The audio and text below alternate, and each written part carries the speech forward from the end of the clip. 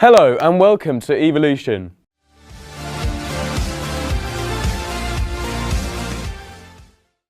This year we have seen more than 1 million vinyl records have been sold in the UK so far this year. The first time this milestone has been achieved since 1996. But what's all the fuss about? Why has vinyl gone from being a 3 million a year business to a 20 million one in just 5 years? We're going to ask all varieties of members of the public and music professionals of all ages and backgrounds. We asked the general public what they thought about vinyl versus downloads for a general opinion. Do they do vinyl now? Vinyl is, unique. When you get something digital, like I can put it on many things at once. Vinyl, because we were brought up with vinyl. I know nothing about digital music. Most people said vinyl. What do you think? The sales for records are the highest they have been in 15 years. 2.9 million records were sold in the past 6 months. Comparatively, CDs are still struggling, with sales falling another 14% as digital music continues to rise as expected due to the success of streaming services such as Spotify. Despite the rising popularity of streaming music, we went over to the Royal British Legion to see how the older generation react to this change. Do you know what is in front of you? It looks like a turntable to put a record on. Yeah, of course I do. A recorder. Tape recorder, isn't it? An up-to-date record player. Do you think you could play it for us? But perhaps it does. Yes. Oh, I see, yeah.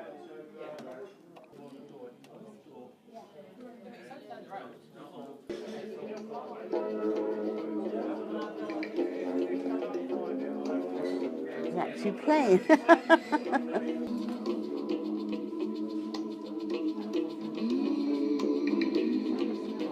Ah! Right, there you go. Do you still use vinyls? Occasionally, yeah. No. I no longer have a record player. Despite mastering the vinyl, the same could not be said for the laptop. Tablet or whatever you call it. But do you think you could play some music on it? No. No, I couldn't, I don't know. Would you like to have a go?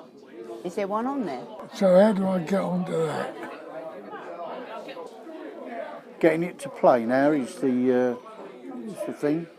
Oh dear God. You didn't really want me. I'm a dinosaur. You're kidding me. Would you like some help? Yes, please. You just click on a song. Mm-hmm. Now press the play button. Click up there. Ah. I wouldn't have known. What did you think of the new system then? Not really that impressed. Rubbish. Better. But that doesn't mean I work it. With tuition, I could use that, but it doesn't feel the same. We should really start teaching our Oli how to use a laptop. We then went to visit producer Josh Phillips in his studio to get a professional's opinion and from someone who has been working in the music industry through records, CDs and finally to downloads. He has worked with all medias of music. He has also created the Dancing with the Stars theme tune and worked with the best 70s band. Yeah, I think vinyl as well as CD, there was enough room to put artwork. So I think from that point of view, that to actually own an album or a CD was the fact that you would actually sit down, put a record on or a CD, sit back and listen to it in its entirety. Yeah.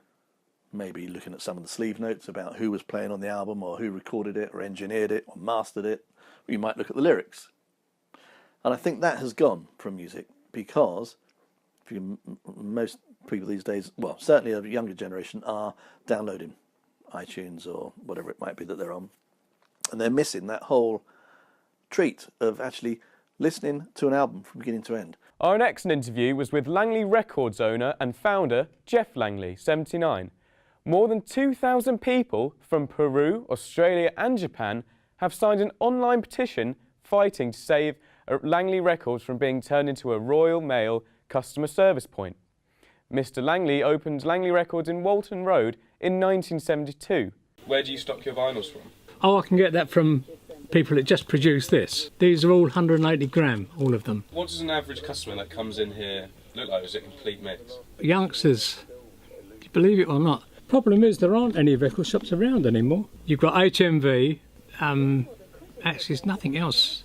Heathrow Airport used to take the Ramada Hotel, clear out the whole floor and fill it up with CD players, vinyl, record players. And we'd go along and supply the vinyl. When every album we sold, we put a with compliments slip in. The music on a vinyl is brilliant.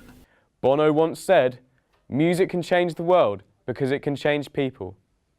Now we move on to a debate between two fanatics, Elliot Stout, who is crazy for vinyls, and Lewis Lambert, who believes digital will always be the future.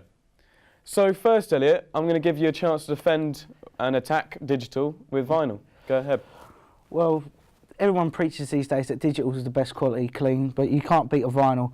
The quality, I feel, is superior. It's got that nice, warm, rich sound where everything on digital is separate. When it's evident when people digitally remaster stuff, it just doesn't sound as good, all too separate, and it's not as the artist originally intended.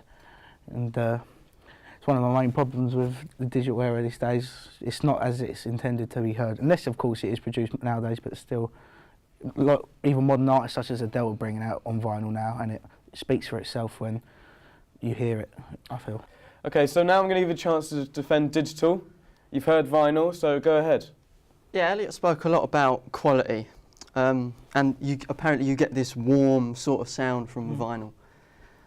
The reason you get this warm sort of rich sound from a vinyl is because you're not actually getting all of the frequencies. Vinyls miss out a lot of the high frequency, so people think they're getting a much deeper tone, but you're not. But does it matter if it sounds good? If it sounds good and there's a quality to it, if it's still of a quality, people didn't complain about it for the past 30, 40 years, or since the 1900s, since the vinyl was invented. You know, a lot of the time, you know, digital can just be a bit cold, and a vinyl seems to be like the artist is delivering a performance, to me, anyway, whereas sometimes you can just get they've just gone in the studio, knocked it together, or it comes out, that's maybe not the case, but it's the way it feels to me sometimes, especially as a listener. Where does the future of music head? I'll start with you, Elliot. Well, people are bringing back vinyl now. Jack White's starting up an own label that exclusively sells vinyl, so I reckon they'll coexist, but I reckon vinyl will slowly come back to the forefront again. Okay. I think it just needs to keep developing. We've had the vinyl stage, we've had the CD stage. What is next? Is there another way we can listen to music? All right, thank you to our guests. A little more insight there of what is better, or, you know, what is worse. Thank you. But are rapid changes of how we listen to music is the most exciting thing of all? Who knows? The iTunes and Spotify of today may be completely outdated and surplus in 10 to 20 years. Or maybe it'll come back as a hipster trend. All in all, what really matters is the music.